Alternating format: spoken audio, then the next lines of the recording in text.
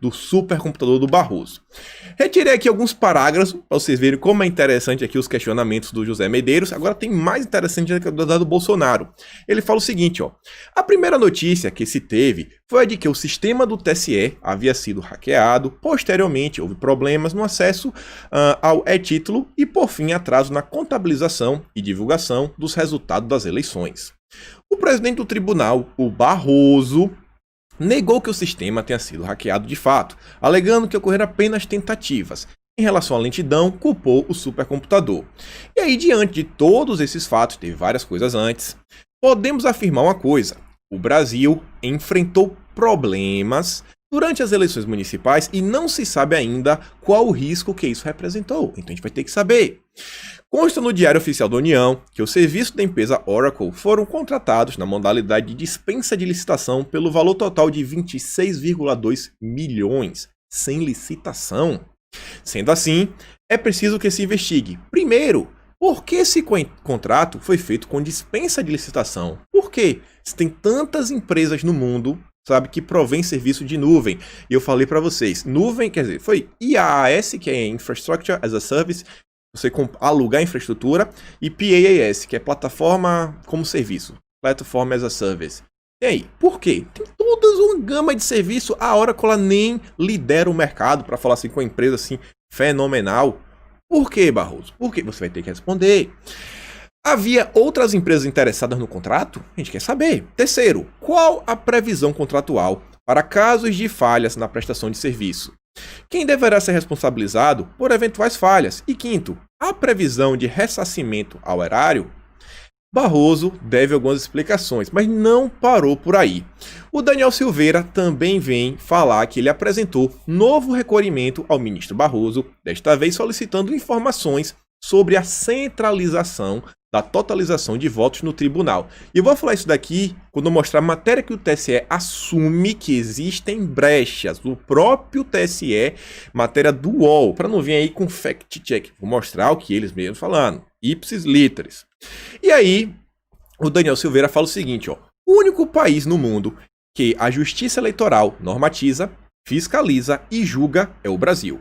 E foi criada para manter o organismo, que ele ia falar, o Daniel Silveira disse que é um organismo corrupto.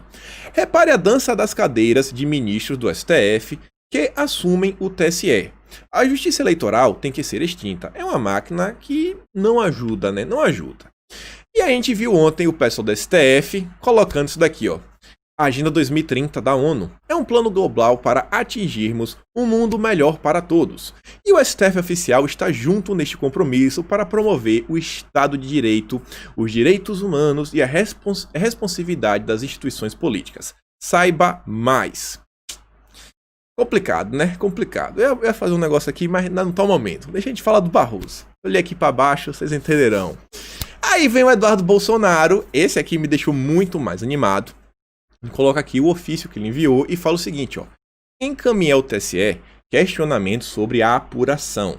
Com base na Lei de Acesso à Informação, o Eduardo enviou ao TSE questionamentos que ele recebeu de eleitores, tanto pessoalmente quanto nas redes, sobre o processo eleitoral. E pela lei, ele botou lá, e pela lei, existe uma lei mesmo, as respostas devem chegar em 20 dias. Estou no aguardo.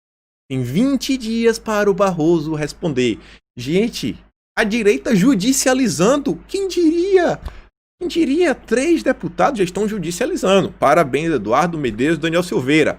E olha só, as perguntas do Eduardo são bem interessantes. Olha só, o requerente solicita saber, primeiro, nas eleições de 2020, houve a presença de representantes técnicos dos partidos políticos na sala cofre do TSE? O pessoal foi lá? O pessoal pôde observar o que estava acontecendo? Sim ou não? Em caso afirmativo, quem estava lá? Segundo, nas próximas eleições, será permitida a entrada de representantes técnicos dos partidos? Haja vista a decisão da ministra Rosa Weber, presidente da corte à época, que autorizou a presença de representantes técnicos das campanhas de Bolsonaro e Haddad na sala cofre. E vai poder? De novo? Ou pessoal, vocês que vão contar, o Barroso vai contar e vai falar o resultado é esse. Terceiro, houve disponibilização de cópia dos boletins de urna de todas, caixa alta, todas as sessões eleitorais do país. Vocês viram ontem que, pelo menos no Rio de Janeiro, o Alan Lopes vinha tendo problemas para ter acesso. Tendo problemas, teve que chamar, inclusive, ação policial. Aí Eduardo continua. Quarta coisa. Qual a empresa que desenvolveu os programas utilizados agora? Quem foi, Barroso? Quem foi? Essa contratação teve licitação? Quais os programas que compõem o sistema de votação? Quinto, a Justiça Eleitoral, por força legal, acumula 3 funções, que é o que o Daniel Silveira falou. Diante deste quadro, não fica mitigado os instrumentos de fiscalização, já que eles fazem tudo, quem fiscaliza os fiscalizadores? Quem é que observa o TSE? Depois vai, o atual software eleitoral prevê uma autocertificação ou uma autoverificação, sabe? Tem uma forma assim que a gente pode ver se tudo saiu como os conformes, para detectar se foi modificado de forma inesperada. Existe isso? Em caso sim, fica registrado para posterior consulta? Existe algum mecanismo? E tem como a gente checar se realmente tem? Barroso vai ter que responder. Sexto, os supercomputadores que calculam a população foram terceirizados.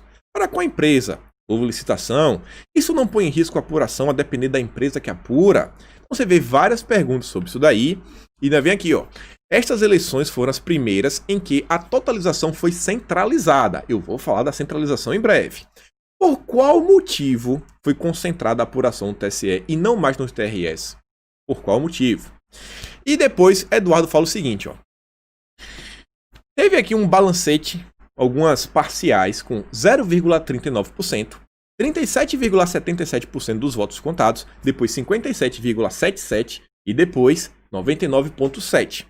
E em todas essas parciais, os candidatos variaram, tipo assim, na casa dos décimos, mas o número inteiro era o mesmo, ou seja, Covas estava com 32, aí aumentava para 32,3, 32,1, mas sempre 32. O Boulos sempre com 20, o Márcio França sempre com 13 e o Russomano sempre com 10. Ocorrendo variações mínimas apenas na casa casas centesimais. Este padrão jamais existiu na história das apurações. E aí, Eduardo pergunta mais uma vez, qual o algoritmo utilizado pelos supercomputadores que apuraram?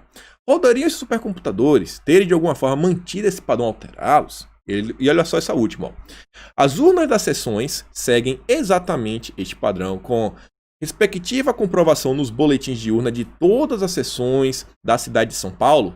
Poderia ser enviado o gráfico da votação para verificarmos esta variação em todo o período. Ele quer o seguinte, vamos pegar os boletins, vamos colocar um a um os boletins de urna e anotação gráfico para ver se tudo foi assim, bonitinho, seguindo esse padrão a todo momento. E aí no final ele estava lá falando, tem o número da lei 12.527, do dia 18 de novembro, que dá um prazo de no máximo 20 dias. 20 dias. E o Barroso vai ter que se explicar. Barrosinho vai ter que se explicar. E aí, sobre a centralização, olha só, a UOL trouxe a matéria falando que brecha na urna eletrônica faz TSE adotar computador que travou. Brecha na urna? Uma brecha? Não. Uma brecha era infalível até ontem que tinha uma brecha. Rapaz, brechas.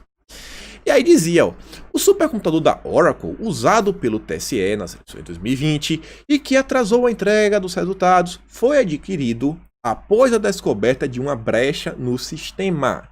A informação consta de uma notícia técnica compartilhada pelo TSE com o Tilt, próprio TSE que enviou. A brecha foi descoberta por peritos da PF, que participaram de testes entre 2017 e 2018. Olha só, rapaz. Então, um sistema que tinha brechas. Um sistema que tinha brecha, não é um sistema infalível. Como que essas pessoas chegam para Bolsonaro e falam, o tempo todo que isso, que aquilo, aquilo outro, que Bolsonaro não pode se questionar? E aí, pessoal, nosso amigo Barroso tem 20 dias e carimba que é iluministro, o ministro iluminado.